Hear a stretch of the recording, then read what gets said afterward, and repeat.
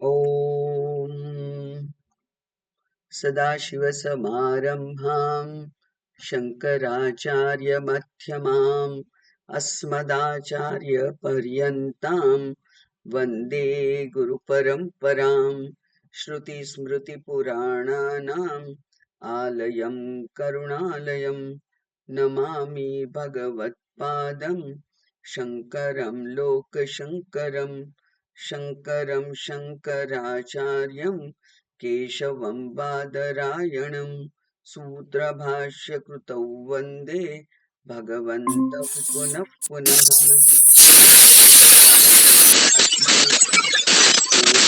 वेदविभागिने व्योमवद्व्याप्तदेहाय दक्षिणामूर्तये नमः। ॐ नमः प्रणवार्थाय शुद्धज्ञानैकमूर्तये निर्मलाय प्रशान्ताय दक्षिणामूर्तये नमः। ॐ दयाकरं दयाकारं दान्तं धर्मप्रवर्तकं प्रणमामि दयानन्दं मदाचार्यवरं परम्। ॐ शान्ति शान्ति शान्तिः। ॐ हरिः ॐ श्री गुरुभ्यो नमः। हरिः ॐ। ॐ આત્મબોધમાં ગઈકાલે આપણે જીવ વિશે વાત કરી, એટલે કે ત્યાં જીવ વિશે જ્યારે વાત કરીએ ત્યારે શાસ્ત્રમાં એને કે છે કે એ ત્વમ પદ વિચાર, આ જીવત્વ શું છે, જીવપણું કેમ છે, એની જ્યારે વાત કરી ત્યારે એ ત્વમ પદ વિચાર થયો છે એમ કહેવાય છે. અને ત્યાં જોયું કે એ જીવ એટલે શું, તો એ છે કે આ જે શરીર આદિ બુદ્ધિવૃત્તિ વગેરે જે અનાત્મા છે તે, અને સચ્ચિદ અંશ એ આત્માનો, એ બેનું ભેગું થઈ જવું, એ બે ભેગા થઈ ગયા છે, બે થઈ ગયા છે. અને એટલા માટે અહીંયા કહ્યું અંશ. આત્માનો કદી અંશ ના હોય, પણ છતાંય એ આ જીવ એને અંશ રૂપે જાણે છે, એટલા માટે અહીંયા અંશ કહ્યું. કારણ કે આ આપણે બધાએ હું જે ચેતનના અનુગ્રહથી નો અનુગ્રહ મને પ્રાપ્ત થયેલો છે, એ ચેતનના અનુગ્રહ મને પ્રાપ્ત થયેલો છે એ, અને જેના પરથી ચેતનનો અનુગ્રહ નીકળી ગયો છે, એવું આ હું અને મૃતદેહ એ બેમાં જુદું જુદું શું છે એ આપણે જાણીએ છીએ. અને એ જાણીએ છીએ એટલા જ માટે આપણને ખબર છે કે આ ચેતન અંશ આમાં છે, તો આ શરીર વગેરે કામ કરી શકે છે. એમ બે જાણ્યા એ જ જીવત્વ છે. એનો અવિવેકને કારણે સંયોજન થઈ ગયું છે એવું ત્યાં કહ્યું. અને એટલે જાનામી ઇતિ પ્રવર્તતે, અને જાનામી એ કર્તૃત્વ માટે એક ઉદાહરણ રૂપ ક્રિયાપદનો ઉપયોગ કર્યો છે. એટલે કે હું કરતા છું, અને કર્તૃત્વ આવે ત્યારે એ આખી એની સિરીઝ આવી જાય છે. કારણ કે મને સ્વસ્વરૂપનું અજ્ઞાન છે, એટલા માટે મારે જે અપૂર્ણતા હું અનુભવું છું, દુઃખ અનુભવું છું, એ દુઃખમાંથી મારે સુખ જોઈએ છે. અસલામતી છે એમાંથી મારે સલામત થવું છે. અને એટલા માટે મારે કંઈક ને કંઈક કરવાનું હોય છે, મારે કરવું હોય છે. એ કરવું છે એ જ કરતાપણું છે. અને હું કરતા એટલે કે આ સમગ્ર જીવન જે છે એ મેં અધ્યયન કર્યું, મેં વાંચ્યું, હું ભણ્યો, હું કમાયો, મેં આ ઘર બનાવ્યું, મને સારી નોકરી મળી, મેં સારું કામ કર્યું એટલે મને એવોર્ડ મળ્યો. આ બધું હું જે છે તે, અને પછી હુંમાંથી એનો એક્સટેન્શન થાય છે મમાં. અને એટલે માત્ર હું જ નથી રહેતો, પણ મારું ઘર, મારી દુકાન, મારો વ્યવસાય, એમ મારું પણ ત્યાં છે, એટલે કે આ હુંનો જ વિસ્તાર મમ છે. એ પ્રમાણે આ જીવત્વનો આપણે વિસ્તાર કર્યો છે. કેવી રીતે વિસ્તાર કર્યો છે તે ત્યાં કહ્યું કે અવિવેકથી આ બેનું સંયોજન થયું છે, એને જ આ કહેવામાં આવે છે. અને આવું કેમ કરો છો તમે ભૂલ? તો એ કહે છે કે વિચાર કરો તમારી ભૂલ છે કે નહીં. એટલા માટે કહે છે કે આત્મા જો હોય, જો હું આત્મા હોઉં તો એમાં કોઈ ક્રિયા ના હોય, કારણ કે આત્મા તો અક્રિય છે. અને જો હું બુદ્ધિ હોઉં તો એ તો જડ છે, એટલે બુદ્ધિમાં ચૈતન્ય છે નહીં. તો એ ચૈતન્ય વગર પણ કોઈ કાર્ય થઈ શકે નહીં, આત્મા કોઈ કાર્ય કરી શકે નહીં, પણ કાર્ય થાય છે. તો એ કાર્ય એ શું છે? એટલા કે છે, એટલા માટે એને જ કહ્યું છે જીવ, જે યોગ્ય, જેને યથાર્થ જ્ઞાન નથી પોતાના સ્વરૂપનું, જેને યથાર્થ જ્ઞાન નથી આ ચેતન અને અચેતન, આત્મા અને અનાત્મા બેનું જે એને યથાર્થ જ્ઞાન નથી. અને એટલે હું કરતા એમ માની અને એ મોહ પામે છે, એટલે કે અયોગ્ય નિર્ણયો કરે છે. આ બે ભેગા થઈ ગયા છે. એના માટે અહીંયા એક પણ ઉદાહરણ નથી આપ્યું. બરાબર, 25મા શ્લોકમાં અને 26મા શ્લોકમાં ઉદાહરણ નથી આપ્યું. તો એ ઉદાહરણ નથી તો ત્યાં કયા ઉદાહરણથી સમજવું? તો એક ઉદાહરણ શાસ્ત્રમાં આપણે સાંભળેલું છે, એ છે પેલો લોખંડનો ઘોડો. લોખંડનો ઘોડો જે અગ્નિમાં મૂકેલો છે, તો અગ્નિના સંયોગથી એક કાળો લોખંડનો ઘોડો લાલ દેખાય છે, અને ઠંડુ જે લોખંડ છે એ ગરમ દેખાય છે. અને અગ્નિ, જેને કોઈ આકાર નથી, એને ગોળાકાર દેખાય છે. એટલે ગોળ આકારનો અગ્નિ એવું આપણે જાણે કે માનીએ છીએ. તો એ જે અન્યોન્ય અધ્યાસ થયો છે, એવો જ આ જીવ વગેરેમાં પણ અન્યોન્ય અધ્યાસ થયેલો છે. એટલે કે હું ચેતન કે હું જડ, એ બેમાંથી એક જવાબ કોઈ આપવાનું કે તો એ આપણને એ આવડતું જ નથી. કારણ કે હું ચેતન કહેવાથી શરીરનો છેદ ઉડી જાય છે, અને હું શરીર કહેવાથી ચેતનનો છેદ ઉડી જાય છે. એ બંને તો હું ભેગા છું જ, એવું મને ખબર છે. અને આ જે બે ભેગું થઈ ગયું છે એ અવિવેક છે, અને વિવેક દ્વારા એને છૂટું પાડ્યા વગર એ બંનેનું યથાર્થ સ્થાન આપણે આપી શકીએ નહીં. એટલા માટે આ 25 અને 26 બે શ્લોકમાં એમણે આ અવિવેકની વાત કરી. પછી કે છે, જો અવિવેક ચાલુ જ રહે તો શું થાય?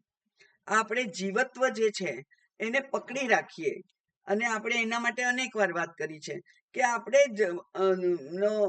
આગ્રહપૂર્વક, દુરાગ્રહપૂર્વક હું જીવ છું, હું મર્યાદિત છું, હું સ્ત્રી છું, હું અમુક ઉપાધિ છું, એમ પકડી રાખેલું છે. આ ઉપાધિ, જીવ વગેરે બધું સાચું છે, પણ એ બધું અનાત્મા છે. અનાત્માને આપણે આપણી બુદ્ધિમાં એના માટેનું જે અગત્ય હોય, મહત્વ હોય, એ બીજા સ્થાને મૂકવાનું છે. અનાત્મા કદી એક્ટિવ હોઈ શકે નહીં, અને આત્મા એકલો એક્શન કરી શકે નહીં. બરાબર, એટલે બંને રીતે આપણે સમજી અને એ બેને જુદા જુદા જોવાના છે. એટલા માટે અહીં 26મા શ્લોકમાં કહ્યું કે આમાં હું જાણું છું એ ખરેખર તો અજ્ઞાન જ છે. યથાર્થ ના જાણવાને કારણે જ પોતાને કર્તા માને છે. અને આ જે કર્તા માની અને કર્તા માને એટલે શું થાય?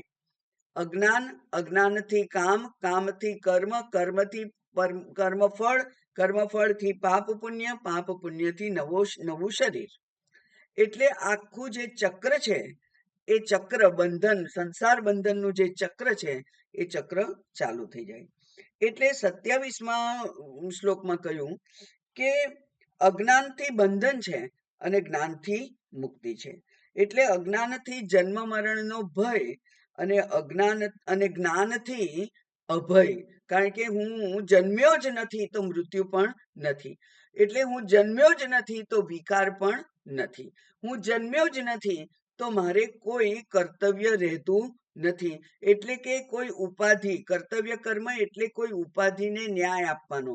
દાખલા તરીકે હું માં છું તો મારે માના જેવું વર્તન કરવું પડે એવું ત્યાં રહેતું નથી જો જ્ઞાન થાય તો. કારણ કે શરીર જ મિથ્યા છે, તો શરીર દ્વારા જે અંગીકાર કરાયેલી છે એ ઉપાધિ પણ મિથ્યા જ થઈ જાય. એટલે એ કરતા ભોગતા નથી. એવું કેવી રીતે કહ્યું? તો એ કહે છે કે રજ્જુ સર્પવત. રજ્જુને રજ્જુ જ જાણીએ તો કોઈ પ્રશ્ન નથી, અને સર્પને સર્પ જાણીએ તોય કોઈ પ્રશ્ન નથી. બરાબર, પણ રજ્જુ ઉપર સર્પનો અધ્યારોપ થઈ ગયો છે, અને એટલે રજ્જુના દર્શન જ નથી થતા, માત્ર સર્પના દર્શન થાય છે. તે જ આ એક મોટી વિડંબના છે આ જીવની. એટલે પોતાને જન્મ મૃત્યુ ષડવિકારવાન માની અને એ ભય પામે છે. પણ હું છું એ સામાન્ય જ્ઞાન કોઈ જગ્યાએ અવરોધક નથી. ત્યાં વચ્ચે આપણે જ્યારે અનાત્માના શબ્દને મૂકી દઈએ છીએ ત્યારે જ આ તકલીફ થાય છે. એટલે હું છું એ તો આત્મ ચૈતન્ય છે, પણ હું તો ગૃહિણી છું અને અમુક કર્તવ્ય છે મારું, તો ત્યાં આ જે બંધન છે એ બંધન આવે છે. આ પરિચ્છિન્નતા છે એ શેના ઉપર આધાર રાખે છે? તો કે જે ભ્રાંતિ છે એ અધિષ્ઠાન ઉપર જ આધાર રાખે. પરિચ્છિન્નતા માત્ર અનાત્માની જ હોઈ શકે. આત્મા તો પૂર્ણ છે, આત્મા તો અપરિચ્છિન્ન છે. એટલે હું પરિચ્છિન્નતાના આરોપથી કરતા ભોગતા સુખી દુખી થઉં છું અને બિચારો જીવ એવું હું માનું છું. પણ આત્માના યથાર્થ જ્ઞાન માટે ઉપનિષદ એવ પ્રમાણમ, ઉપનિષદ જ પ્રમાણ છે. અને કેવું છે, ગઈકાલે જોયું હતું કે બૃહદારણ્યક ઉપનિષદનું વાર્તિક ભાષ્ય છે, ભાષ્ય વાર્તિક, એમાં કહ્યું આત્મા કર્ત્રાદિ રૂપશ્ચેત માકાંક્ષિત તર્હિ મુક્તતામ. જો આત્મા કરતા જ હોય તો કદી તું મુક્તતાની આશા રાખીશ જ નહીં. તું પોતાને જો કરતા માનતો હોય કંઈ ના કંઈ પણ, એટલે કે હું દુષ્કર્મ તો ભલે નથી કરતો, પણ હું સત્કર્મ કરું છું, હું અધ્યયન કરું છું, હું સાધક છું, હું ભક્ત છું, આ પણ અભિમાન છે. અને એ અભિમાન જ્યાં સુધી હું ભક્તિ કરું છું એવું જ્યાં સુધી અભિમાન રાખ્યું ત્યાં સુધી મુક્તિ નથી. એટલે એક પણ ઉપાધિ ગ્રહણ કરવા યોગ્ય નથી. ના સ્ત્રીત્વ, ના ગૃહિણીત્વ, ભક્તત્વ, સાધકત્વ, એક પણ ઉપાધિ. હું શ્રોતા છું, હું વક્તા છું, હું ગુરુ છું, હું કંઈક બોલીશ અને લોકોને જ્ઞાન થશે, આ બધા જે છે એ બધા જ અભિમાન છે. અભિમાન એટલે એને ગુજરાતી અર્થ નહીં કરવાનો, પણ અભિમાન એટલે અહમ કરોમી, હું જ કરું છું, એવું જે માન્યતા છે એ માન્યતાને કારણે જ આ દુઃખ છે. તો એ કે છે કે સ્વભાવો ભાવાનામ નહીં વ્યાવર્તેત, પણ જેમ સ્વભાવ ન વ્યાવર્તેત રવેહે. રવિ જે છે, સૂર્ય છે, એનો ઉષ્ણતા એ સ્વભાવ છે, અગ્નિનો ઉષ્ણતા એ સ્વભાવ છે. તો સ્વભાવમાંથી વિવર્તન થતું નથી, સ્વભાવને કાઢી ના શકાય. એટલે આત્માનો જે સ્વભાવ છે અકર્તા રૂપ, એમાં અકર્તા નથી, આત્મા નથી મારે માનવો એવું આપણાથી કહી શકાય નહીં. એટલે કે એ સ્વભાવ છે. તો આત્મા એટલે કોણ? હું. આત્મા એટલે હું. એ હું છે એ કરતા છું. એ જો હું પારમાર્થિક રીતે આત્મા છું અને હું કરતા નથી. બરાબર, મારું જે અકર્તૃત્વ સ્વરૂપ છે એને હું કોઈ રીતે કાઢી શકું નહીં. તો જે હું કરતા માનું છું એ શું છે? તો એ કે છે કે એ માત્ર ગેરસમજ છે, માત્ર ભ્રાંતિ છે. અને એ ભ્રાંતિને દૂર કરો અને એ કર્તૃત્વમાંથી મુક્ત થાવ તો જ આ જે જ્ઞાન છે એ સફળ બને. યથાર્થ જ્ઞાન કેવી રીતે પ્રાપ્ત કરવું? તો ત્યાં યથાર્થ જ્ઞાન પ્રાપ્ત કરવા માટે છે 28મો શ્લોક. ત્યાં કહ્યું એક જ સરસ ઉદાહરણ છે કે દીપ ઘટાદિવત, કે દીપ જે છે એ પ્રકાશમાન છે અને ઘટ છે એ અપ્રકાશ છે.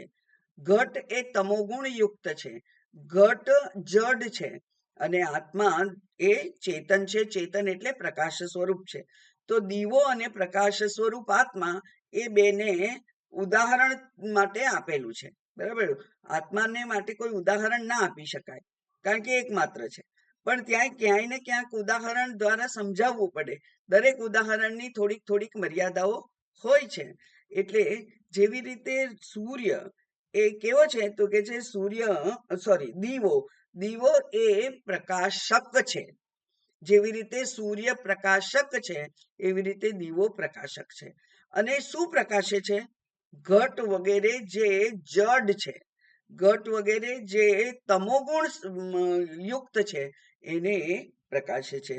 એ જ પ્રમાણે આત્મા અવભાસયતી એકઃ, આત્મા એક જ છે અને અવભાસયતી અને એ પ્રકાશે છે. કોને પ્રકાશે છે? બોધ, બુદ્ધિ બુદ્ધિ આદિની ઇન્દ્રિયાણી, બુદ્ધિ વગેરે ઇન્દ્રિયોને એ પ્રકાશે છે. વગેરે જ કહ્યું એટલે કે અનેક, એટલા માટે કહ્યું આત્મા એક છે અને અનાત્મા અનેક છે. આ આત્મા એક છે અને અનાત્મા અનેક છે. એવું જે છે તે આત્મા પ્રકાશ સ્વરૂપ છે, પ્રકાશક છે અને અનાત્મા એ જડ છે, અનાત્મા તમોગુણ યુક્ત છે. એ પોતાને કોઈ જડ પદાર્થ પોતે પોતાને પ્રકાશી શકે નહીં. કોઈ ટેબલ એવું કહી શકે નહીં કે હું વચમાં છું આ દરવાજાની અને તમે રાત્રે જશો તો ઠોકર વાગશે. એવું કોઈ ટેબલ તમને ચેતવણી આપી શકે નહીં. એટલે જડ છે એ પોતે પોતાને પ્રકાશી શકે નહીં, પોતાના અસ્તિત્વને પ્રગટ કરી શકે નહીં. તો પોતાના અસ્તિત્વને પ્રગટ કરવા માટે આ શરીર જડ છે એ પોતાના અસ્તિત્વને પ્રગટ કરી શકે નહીં. પણ આપણે તો વારંવાર હું કહીએ જ છીએ. મને આવડે છે, હું જાણું છું, હું કરું છું, મેં બોલાવ્યા છે, હું પીરસું છું, મેં રસોઈ બનાવી છે, બધે હું કહીએ છીએ આપણે. તો એ જે જડ છે એને પ્રકાશવા માટે એના કર્તૃત્વાદી વગેરે એટલે કે પ્રત્યેક ઇન્દ્રિયને પ્રકાશવા માટે એ ચૈતન્ય આત્માની જરૂર છે. તો ચક્ષુરેન્દ્રિય જો દ્રશ્ય જુએ તો એ એમ કહી ના શકે કે હું જોઉં છું, કારણ કે ચક્ષુરેન્દ્રિય તો જડ છે, સાધન છે. પણ ચક્ષુરેન્દ્રિયની પાછળ રહેલો આત્મા, એટલા માટે કેનોપનિષદે કહેવું પડ્યું શ્રોત્રસ્ય શ્રોત્રમ મનસો મનોયત પ્રાણોહ પ્રાણમ. બરાબર, તો એ જે આત્મા છે એ આત્મા એકમાત્ર ચેતન રૂપ છે. માટે કહ્યું આત્મા એવ અવભાસયતી બુદ્ધિ ઇન્દ્રિયાણી. હવે અહીંયા દીવો જે છે, આત્મા જે છે એને બીજા દીવાની જરૂર નથી, પણ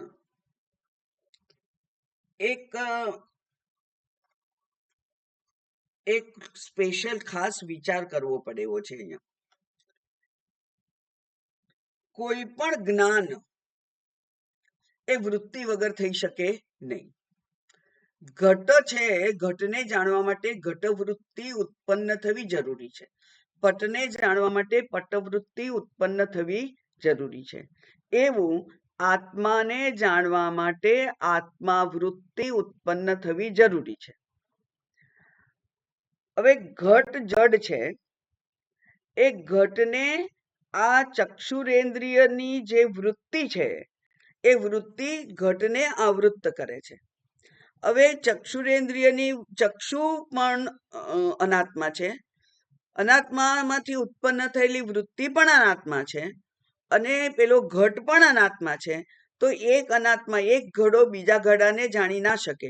એક ઘડો બાજુમાં પડેલો પથ્થર છે એ મને વાગશે તો એવી એને બીક લાગે નહીં, કારણ કે એ બીજું અનાત્મા છે એને ના જાણી શકે. તો પછી આ જ્ઞાન થાય છે કેવી રીતે?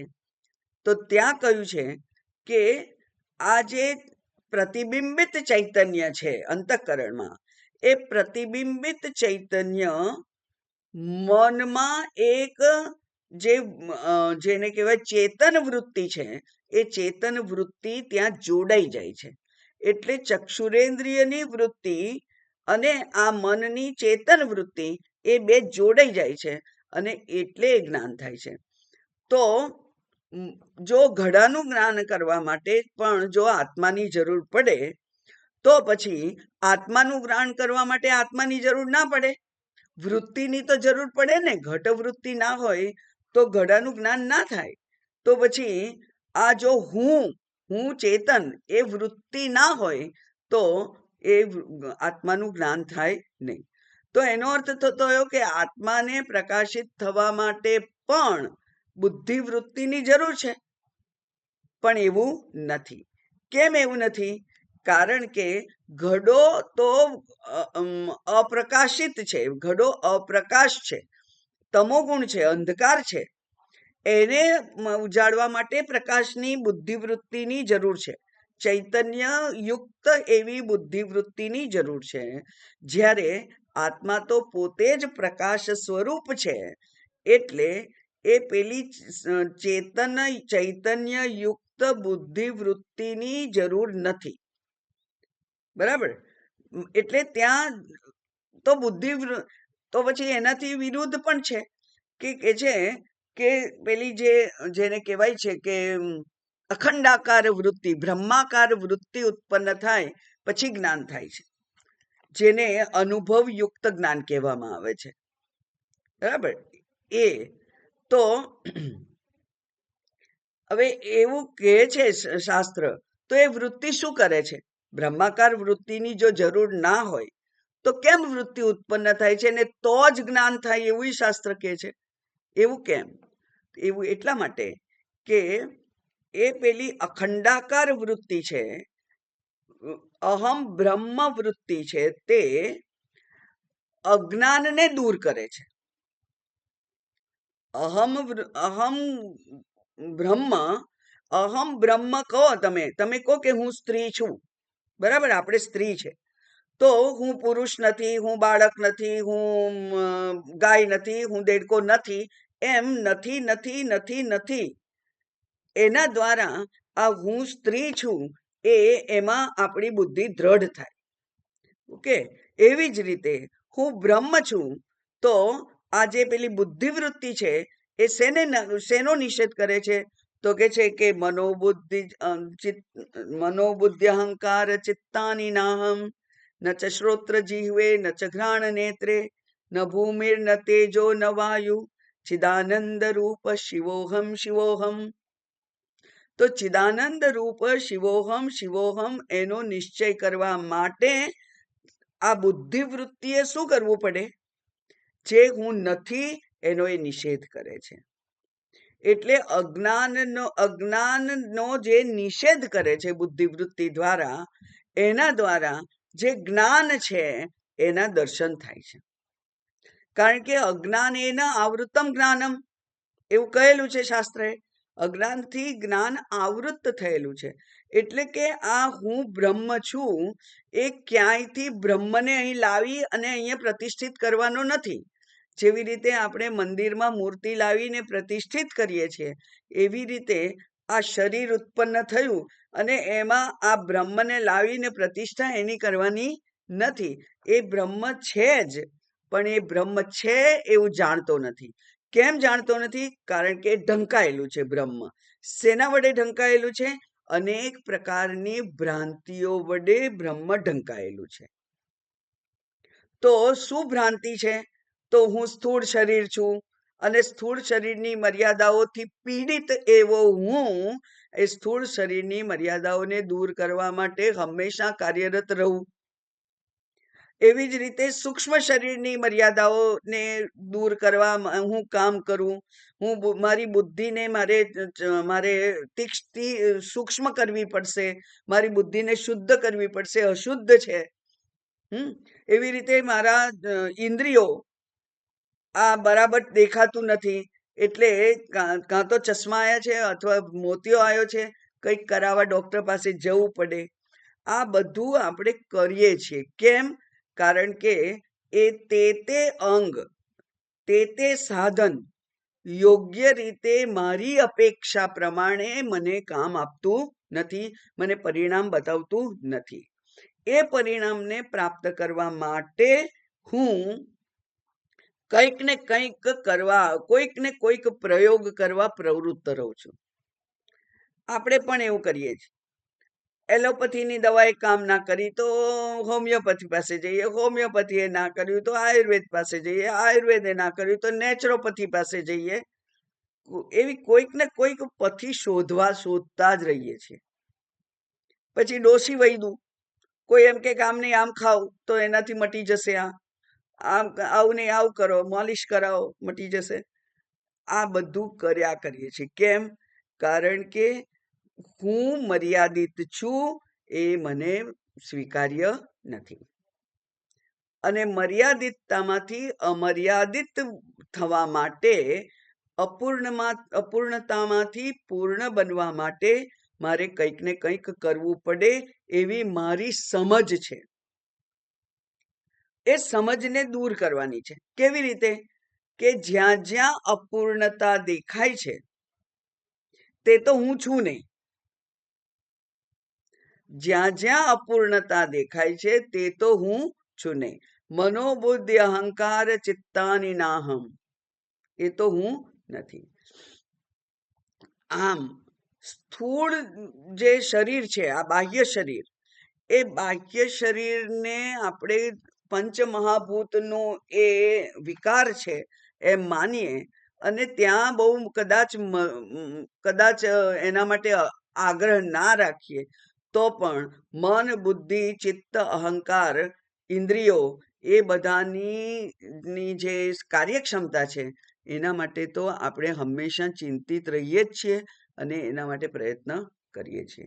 આમ શું થાય છે? તો એ કહે છે કે આત્મ અવભાસતી એકઃ, જે પ્રકાશક છે એ તો એક જ છે, સૂર્ય એક જ છે અને એ સમગ્ર જગતને પ્રકાશે છે. એટલે સમગ્ર જગત એટલે અનેકતા. તો એ અનેકતાને પ્રકાશનાર એક જ છે. એમ દીપો ઘટાદિવત, દીપ જે છે એ જેમ ઘડાને પ્રકાશે છે, એમ આત્મા, એવી રીતે આત્મા જડૈહી, આત્મા જે જડ છે એને તૈ જડૈહી તેન અવભાસ્યતે. આ જડ જે છે એ આત્મા વડે અવભાસિત થાય છે, પ્રકાશિત થાય છે. આમ અહીંયા મુખ્ય ચર્ચા કેવી કહેવાય? મુખ્ય ચર્ચા એ કહેવાય કે સ્વપ્રકાશ સ્વરૂપ આત્મા છે અને જડ પદાર્થનું જ્ઞાન થવા માટે એના સાધનની જરૂર છે અને એને શાસ્ત્ર પ્રમાણ કહે છે. રૂપ રંગને જાણવા માટે ચક્ષુરેન્દ્રિય છે પ્રમાણ, શબ્દને જાણવા માટે શ્રોત્રેન્દ્રિય પ્રમાણ છે, ઘટ જ્ઞાન માટે પ્રકાશની જરૂર છે, ઘટ વૃત્તિ ઘટને આવૃત્ત કરે છે, વૃત્તિ ચૈતન્ય વૃત્તિ એટલે કે બુદ્ધિ વૃત્તિ, ઘટ વૃત્તિ ચૈતન્યથી અન્વિત હોય અને ત્યારે આત્મા દ્વારા પ્રકાશિત થતી ઘટ વૃત્તિ છે એ આ ઘટ જ્ઞાન માટે જરૂરી છે. આમ ચૈતન્યથી અન્વિત એટલે કે ચૈતન્યનો અંશ જેમાં છે, ચેતન બનેલી છે, પ્રકાશિત બનેલી છે. બુદ્ધિ વૃત્તિ જે ખરેખર જડ છે એ ચેતનના કનેક્શનથી, જેવી રીતે આ બલ્બ છે એ ઇલેક્ટ્રિસિટીના વાયરિંગના કનેક્શનથી લાઈટ આપે છે, એવી રીતે બુદ્ધિ વૃત્તિ જે જડ છે એ આત્માના સંયોજનથી એ પ્રકાશિત બને છે અને ઘટને પ્રકાશે છે. હવે અહીંયા જો એમ માનીએ કે ના આત્માને એટલે કે આ હુંને પ્રકાશવા માટે દીવો જેમ આત્મા છે એમ અહીંયા આત્મા છે. હવે આત્માને પ્રકાશવા માટે શું? તો કહીએ બીજો દીવો. બીજા દીવાને પ્રકાશવા માટે શું? ત્રીજો દીવો. ત્રીજા દીવાને પ્રકાશવા માટે ચોથો દીવો. તો અહીંયા અનવસ્થા દોષ ઉત્પન્ન થાય એવું આપણે ધારો કે માનીએ કે દીવાને પ્રકાશવા માટે પણ બીજો દીવો જોઈએ, તો ત્યાં કેવો દોષ થાય? રિગ્રેશન, અનવસ્થા દોષ ઊભો થાય અને અવ્યવસ્થા ઊભી થઈ જાય. એટલે હું છું એ જાણવા માટે કોઈ પ્રમાણની જરૂર નથી, કારણ કે આત્મા ઇન્દ્રિય પ્રત્યક્ષ નથી, બુદ્ધિવૃત્તિની પણ અપેક્ષા નથી. એનો અર્થ થયો કે અંતઃકરણમાં પ્રકાશ પ્રતિબિંબિત થતા ચૈતન્યની પણ ત્યાં જરૂર નથી, ચિદાભાસની પણ ત્યાં જરૂર નથી એમ કહેવાય છે. એટલે હવે મુખ્ય ચર્ચા થઈ કે શાસ્ત્રમાં પણ વૃત્તિ જ્ઞાનની અનિવાર્યતા બતાવી છે. એટલે અન્ય જ્ઞાનની અપેક્ષા નથી એમ કહ્યું ત્યારે દીવાને અન્ય દીવાની અપેક્ષા નથી, આત્માને અન્ય આત્માની અપેક્ષા નથી એવું કહ્યું ત્યારે શું માનવાનું? કે આત્મા જે શુદ્ધ ચૈતન્ય છે, મારું સ્વરૂપ છે, સચ્ચિદાનંદ સ્વરૂપ, એને જાણવા માટે બુદ્ધિવૃત્તિની જરૂર નથી. પણ બુદ્ધિવૃત્તિની જરૂર છે, કારણ કે મનસા એવ ઇદમ આપ્તવ્યમ, મનથી જ મળે છે. તો પછી ત્યાં આચાર્યો આ જે વિરોધાભાસ દેખાય છે કે જો બુદ્ધિવૃત્તિની જરૂર નથી અને તોય બુદ્ધિથી એ પ્રકાશિત થાય છે એમ કહીએ છીએ, તો કારણ કે પ્રાપ્ત કરવા માટેનું સાધન કયું છે? બુદ્ધિ છે. મારે નિર્ણય કરવો પડે કે હું ચૈતન્ય આત્મા જ છું, હું શરીર નથી. તો નિર્ણય હંમેશા બુદ્ધિ કરે છે, એટલે બુદ્ધિની જરૂર છે એવું પણ કહીએ છીએ. તો આ વિરોધાભાસને દૂર કરવા માટે શું કરવું? તો ત્યાં વિરોધાભાસી વાક્યો જે છે એનો અર્થ કરતા આચાર્યોએ જણાવ્યું કે વૃત્તિની જરૂર અજ્ઞાન નિવૃત્તિ માટે છે. જ્ઞાન તો છે જ, એટલે કે માત્ર અજ્ઞાનનો પડદો હટી જાય તો જ્ઞાનના દર્શન થાય. અને અજ્ઞાન નિવૃત્તિ માટે મન, શાસ્ત્ર એટલે કે શાસ્ત્ર પ્રમાણ, ગુરુ, સાધન ચતુષ્ટય સંપત્તિ, તપ વગેરે બધાની જરૂર છે. ઉપનિષદ શાસ્ત્ર ઉપદેશ શું કરે છે? તું આત્મા છું એવો ઉપદેશ નથી કરતું. ઓકે, તું આત્મા છું એવો ઉપદેશ નથી કરતું, પણ તું બ્રહ્મ છે એવો ઉપદેશ કરે છે. હવે આ હું આત્મા છું એ તો પ્રસિદ્ધ છે, કારણ કે આત્મા સહિતનું, ચૈતન્ય સહિતનું અને ચૈતન્ય વગરનું બે શરીર આપણે જોયેલા છે વ્યવહારમાં. અને એટલે હું આત્મા છું પણ હું શરીર નથી એવું નથી ખબર. હું આત્મા છું પણ હું શરીર નથી, શરીર પણ છું ને આત્મા છું, બે. હવે બે નો તો અહીંયા મેળ ના ખાય, કારણ કે તો દ્વૈત થઈ જાય. અને આપણે તો પ્રયોજન, વેદાંત શાસ્ત્રનું પ્રયોજન છે અદ્વૈત સિદ્ધિ, અદ્વૈતને સિદ્ધ કરવાનું છે. એટલે હું શરીર પણ છું અને હું આત્મા છું એ તો પ્રસિદ્ધ છે, બધાને ખબર છે. પણ ઉપનિષદ કહે છે કે તું બ્રહ્મ છે. તત્વમસી બ્રહ્મ જે સર્વવ્યાપી છે એનો ઉપદેશ કરે છે. સચ્ચિદાનંદ સ્વરૂપ છે, એક જ છે.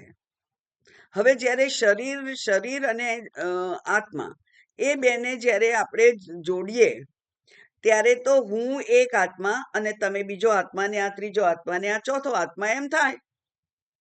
તો આ પેલા સાંખ્ય દર્શન વાળા કહે છે કે આત્મા અનેક છે, જેટલા શરીરો છે એટલા આત્મા છે.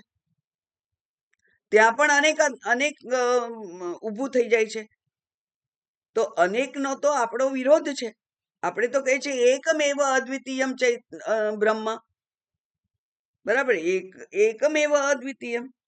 તો આ એકમેવ અદ્વિતીયમ એને કેવી રીતે પુરવાર કરવાનું છે? આ પુરવાર કરીએ તો જ આ બ્રહ્મ જે છે, જે સર્વવ્યાપી છે, જે પૂર્ણ છે, જે મુક્ત છે, નિત્ય શુદ્ધ બુદ્ધ મુક્ત અહમ આત્મા, એમ જ્યારે કહે છે શંકરાચાર્યજી, ત્યારે અભિન્ન નિમિત્ત ઉપાદાન કારણ આ બ્રહ્મ એ હું છું એમ જ્યારે કહ્યું, શાસ્ત્ર કહે છે તે તું છે, તે બ્રહ્મ તું છે. આમ હું અને બ્રહ્મને સ્વરૂપને જાણવાથી જ મુક્તિ છે. આ મુક્તિ હવે જરા થોડું ધ્યાનથી સાંભળીએ તો, ચિદાભાસ પ્રતિબિંબિત ચૈતન્ય, એના માધ્યમથી બિંબને જાણીએ છીએ. એના માટે શાસ્ત્રએ આપણને કેવું ઉદાહરણ આપ્યું છે? અરીસામાં પડતું મારા આંખનું, મારા મુખનું પ્રતિબિંબ. ભગવાને વ્યવસ્થા એવી કરી કે મારું પોતાનું મોઢું હું જોઈ શકું જ નહીં. જો આ વ્યવસ્થા ભગવાનની આ સમજાવવા માટે કે મારું પોતાનું મોઢું, આ આંખ જે સમગ્ર વિશ્વને જુએ છે એ પોતાને ના જોઈ શકે. તો એના માટે શું કરવાનું? એના માટે અરીસો લાવવો પડે. એમ આ જે સમગ્ર વિશ્વ બ્રહ્મ જે સર્વવ્યાપી છે, પણ એ સર્વવ્યાપી, જે પણ સર્વવ્યાપી હોય, અતિશય વ્યાપી હોય, એ અત્યંત સૂક્ષ્મ હોય અને એના કદી સીધા દર્શન ના થાય.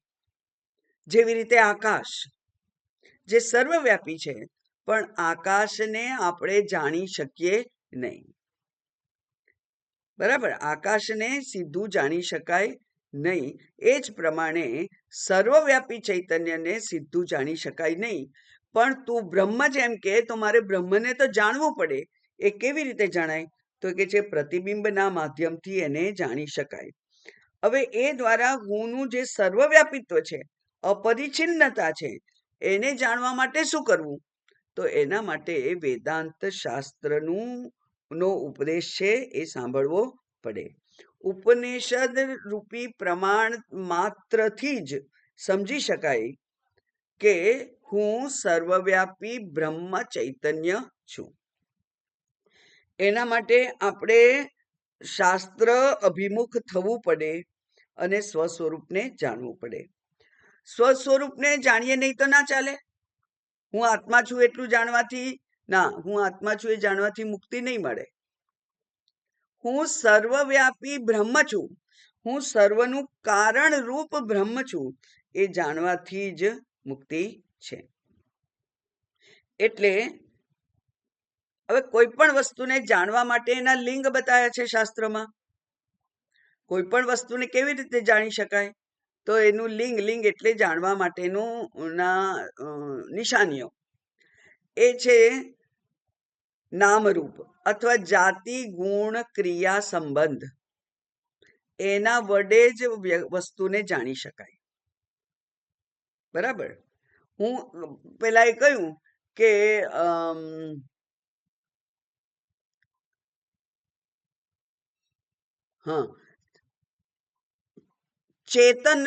ચેતન લાવો, ચેતનને લાવો. હવે સોરી, ચેતકને લાવો. તો ચેતક નામનો ઘોડો હતો, અને ચેતક એ કોઈ મનુષ્યનું નામ પણ હોઈ શકે, કોઈ છોકરાનું નામ હોય. તો કોને લાવવાનું છે? ત્યાં ચેતક એ નામ, એના વડે આપણે એને જાણવું પડે કે ચેતક જે છે આટલા બધામાંથી એને બોલાવો. હવે ચેતક નામથી છોકરાને બોલાવવો કે પેલા ઘોડાને લાવવો એ એના તે વખતના સિચ્યુએશન ઉપર આધાર રાખે. દાખલા તરીકે કોઈ યુદ્ધ ભૂમિ હોય તો ત્યાં ચેતક નામના ઘોડાને લાવો, અને જો ઘરનું કામ કરવાનું હોય, સ્કૂલમાં કોઈ છોકરાને બોલાવવાનો હોય તો ચેતક નામના છોકરાને બોલાવો, એમ સમજવું પડે. પણ એ નામથી એને સમજાય. એવી રીતે આ ચેતક જે છે એ દાખલા તરીકે જેન, JANE. હવે આ જેન છોકરાનું નામ હશે કે છોકરીનું, એ આપણને કેવી રીતે ખબર પડે? એ આપણું જાણીતું નથી. એટલે એનું જાતિ કઈ છે એ જાણવું પડે. સ્ત્રીને શોધવી કે પુરુષને શોધવો એ જાણવું પડે.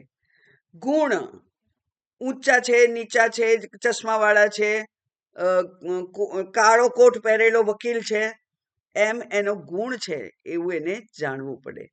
અને છેલ્લે છે સંબંધ.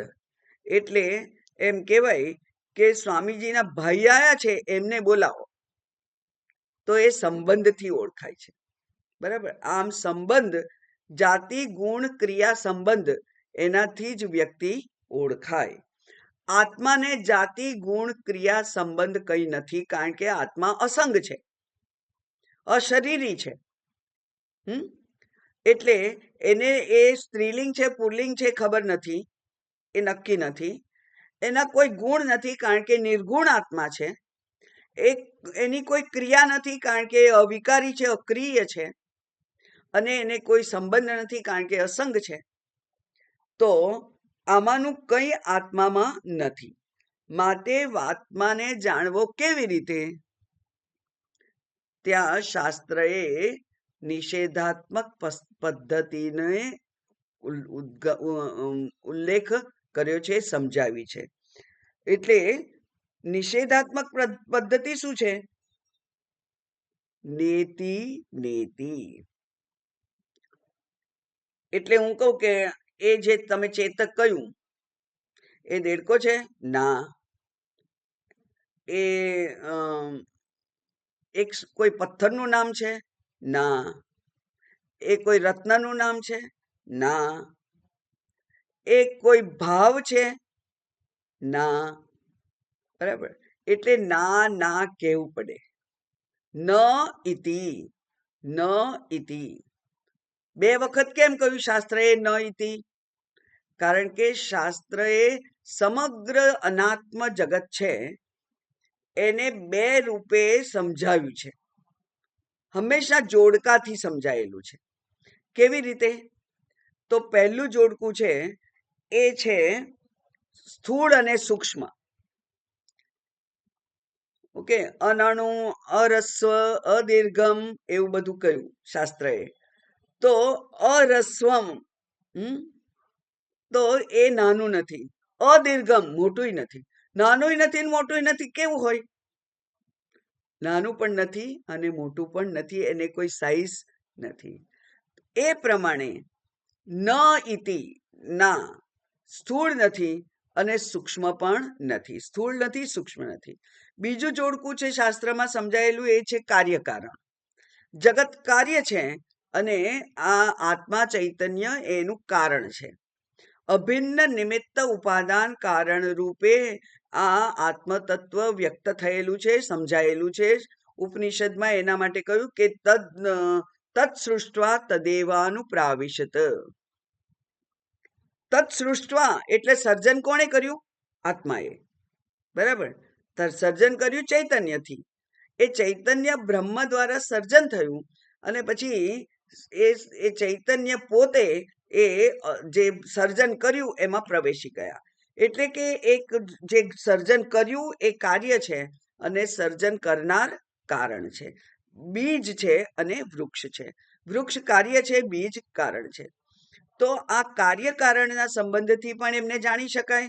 તો એ કે છે કે ના, તદેવાનુપ્રાવિશત, એનો અર્થ કે એ પ્રવેશી ગયા.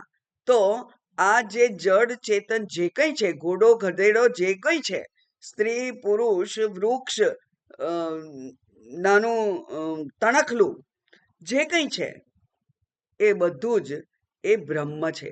કારણ કે એ બ્રહ્મ એમાં પ્રવેશી ગયું છે. તો ત્યાં જો કાર્ય નથી, કારણ કે બ્રહ્મ જો આ દેડકો બ્રહ્મ હોય, આ પથ્થર બ્રહ્મ હોય, આ વૃક્ષ બ્રહ્મ હોય, આ પૃથ્વી બ્રહ્મ હોય, આ જળ બ્રહ્મ હોય, તો બ્રહ્મ જ છે બધું. જો તો એ બ્રહ્મ એક કાર્ય છે. હવે એ કાર્ય રહેતું નથી, કારણ કે એ બ્રહ્મ છે, કારણ બની ગઈ છે.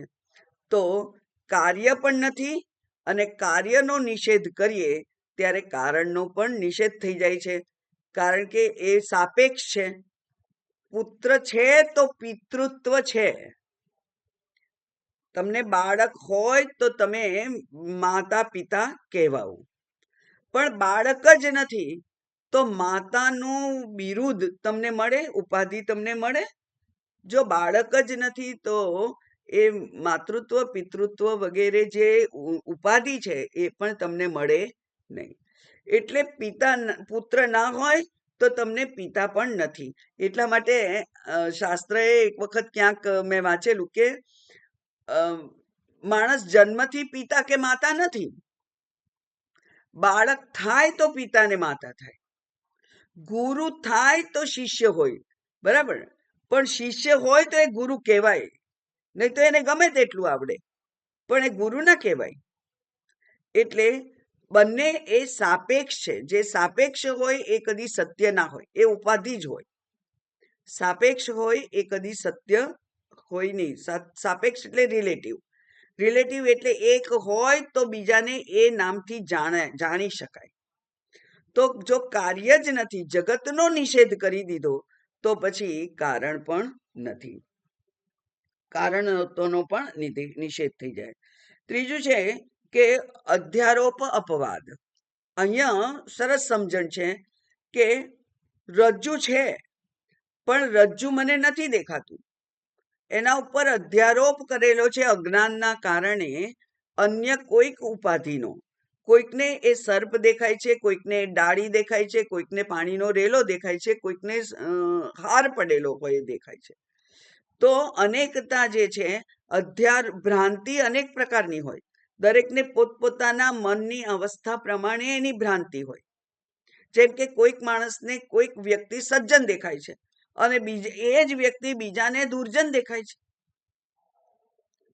તો આ આપણા પોતાના મનની કલ્પના છે. અનેકતા તો કલ્પના જ છે. તો આ અનેકતા જે જગતમાં દેખાય છે એ કલ્પના છે, એ અધ્યારોપ છે. તો અધ્યારોપ કદી એના અધિષ્ઠાન વગર હોઈ શકે નહીં.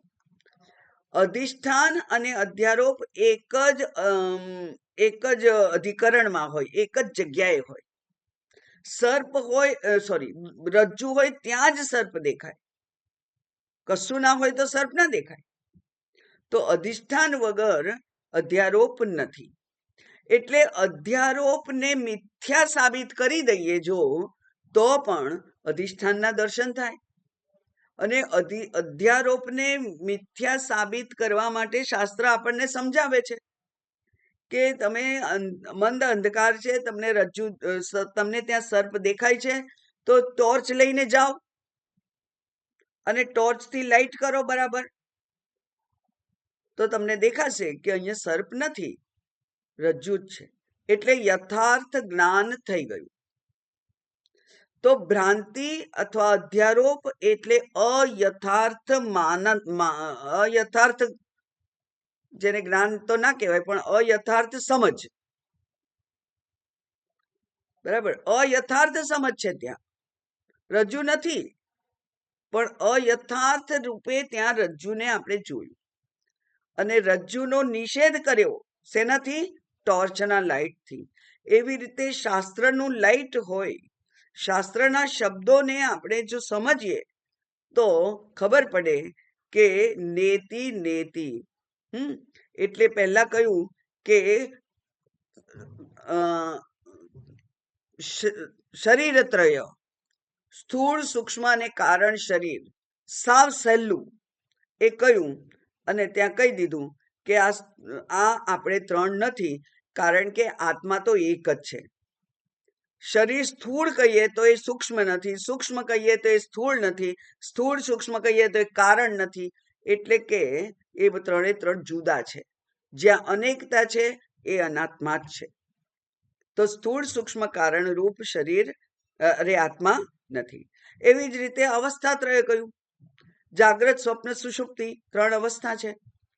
તો જાગ્રત છે તો એ સ્વપ્ન નથી, સ્વપ્ન છે તો સુષુપ્તિ નથી, સુષુપ્તિ છે તો એ જાગ્રત સ્વપ્ન નથી. એમ એકબીજાનો નિષેધ કરી અને એ ત્રણેય છે એ આત્મા નથી એમ કહ્યું. એવી રીતે પંચકોશ પ્રક્રિયાથી સમજાયું કે અન્નમય કોષ છે એટલે કે સ્થૂળ શરીર છે, ના. પ્રાણમય કોષ છે, ના. મનોમય કોષ છે, ના. વિજ્ઞાનમય કોષ અને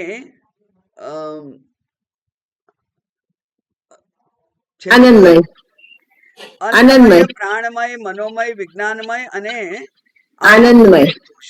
પ્રાણમય વચ્ચે વચ્ચે અન્નમય, પ્રાણમય, મનોમય, વિજ્ઞાનમય અને આનંદમય. આનંદમય કોષ પણ નથી, કારણ કે એ તો અજ્ઞાન છે, તો અજ્ઞાન પણ આત્મા નથી.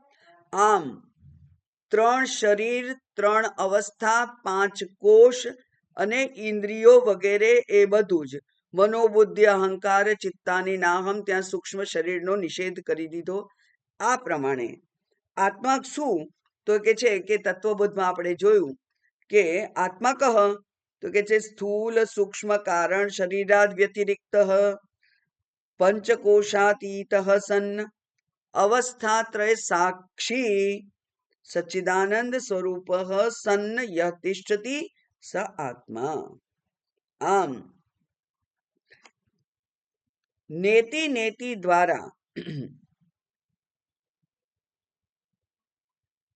સર્વ મર્યાદા અને પરિચ્છિન્નતાને અનાત્મામાં જોવાની સમજ ઊભી કરવી. બરાબર, બધું છે તો ખરું, દ્રશ્યમાન છે, પણ એ અનાત્મા છે. અને અનાત્માને જ્યારે નેતિ નેતિથી આપણે નિષેધ કરીએ ત્યારે શેષ કઈ બચતું નથી. એટલે બૌદ્ધ લોકો ગૂંચવાઈ ગયા અને એમ કહ્યું કે શૂન્ય છે. અને ત્યારે વેદાંતીએ કહ્યું કે શૂન્ય નથી, ના ના ના કહેનાર તું છે ને, તું તારો પોતાનો નિષેધ કર દે. તો આપણે આપણો પોતાનો નિષેધ કરી શકતા નથી. એટલે આ જે નિષેધ કરનાર જે છે તું, એ તું ચૈતન્ય તત્વ એ તો છે જ. એટલે કે આ કરીને પછી તું આત્મા છે એમ કહ્યું. હવે હું આત્મા છું એવું જાણવાથી પણ મુક્તિ નથી થતી. હું આત્મા છું એવું જાણવાથી પણ મુક્તિ નથી, કારણ કે આત્મા તો આપણે પ્રતિબિંબિત આત્માને જ આત્મા કહીએ છીએ. પ્રતિબિંબ તો અનેક છે. એટલે ત્યાં મહાવાક્ય ઉપદેશની વાત શાસ્ત્ર કરે છે. અને મહાવાક્ય દ્વારા એટલે કે તત્વમસી દ્વારા, તત્વમસી શું કે છે? તત્ બ્રહ્મ ત્વમસી. તો હું મારા બધી જ ઉપાધિઓને છોડી દઉં. ઓકે, નામ રૂપ ગુણ ક્રિયા સંબંધ એવી મારી જે બધી વિશિષ્ટતાઓ છે, સર્વ વિશેષતાઓ જે છે, એ સર્વ વિશેષતાઓને જો હું છોડી દઉં, એટલે કે હું નથી એમ સમજી જવું, તો નિર્વિશેષ આત્મા એને હું જાણી શકું. બરાબર, હું નિર્વિશેષ છું. એવી જ રીતે તત્વમ, તત તત તત એટલે ઈશ્વર. જો જગત નથી તો જગતનું કારણ ઈશ્વર પણ નથી. બરાબર, જગત નથી તો જગતનું કારણ ઈશ્વર પણ નથી. એટલે ઈશ્વરે પણ પોતાના નામ ગુણ, પેલી જે એની સર્વજ્ઞતા છે અને સર્વ શક્તિમત્તા છે, એ બધું છોડી દેવું પડે. ઈશ્વર પણ સર્વજ્ઞ નથી, ઈશ્વર પણ સર્વ એટલે કે અમર્યાદ નથી, સર્વવ્યાપી નથી. એમ જ્યારે બંને તત અને ત્વમ બંને પદ એ પોતપોતાની વિશેષતાઓને છોડી દે ત્યારે બંનેમાં જે શેષ રહે છે એ અધિષ્ઠાન છે, અને એ અધિષ્ઠાન જ એ હું છું, એ અધિષ્ઠાન રૂપ હું છું એમ કહ્યું ત્યારે આ અદ્વૈત સિદ્ધિ થાય. એટલે આચાર્ય સમજાવે છે કે આ આત્મા જે છે એ જ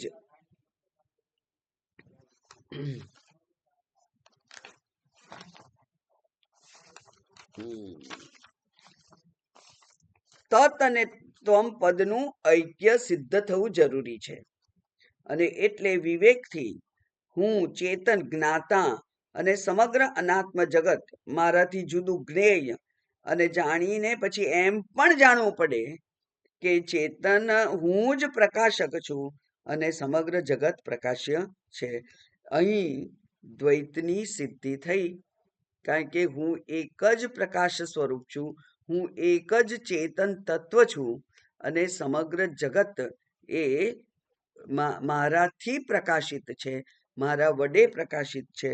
એટલે જે પ્રકાશ છે, આત્મા છે, એ એકની જ અધિષ્ઠાન રૂપે સિદ્ધિ થઈ. માટે સમગ્ર અનાત્મ પ્રપંચ માત્ર અધ્યાસ છે અને હું જ માત્ર અધિષ્ઠાન છું. આમ નેતિ નેતિ દ્વારા પ્રપંચનો નિષેધ કરી, અને પ્રપંચનો નિષેધ કરીએ એટલે તત્પદ અને ત્વમપદ એ બંનેનો જે વાચ્યાર્થ છે, વાચ્યાર્થ એટલે ત્વમ એટલે તું જીવ, અને તત્ એટલે તત્ ઈશ્વર, બરાબર.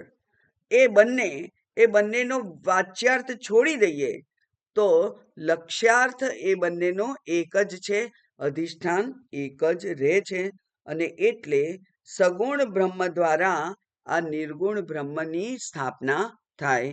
અધ્યારોપ દ્વારા અધિષ્ઠાનને જાણી અને અધિષ્ઠાનની અનિવાર્યતા, અધિષ્ઠાનની જ મુખ્યત્વ એ સિદ્ધ થાય.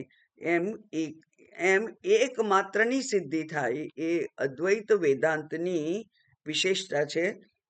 એની વાત હવે શેમાં કરવાના છે?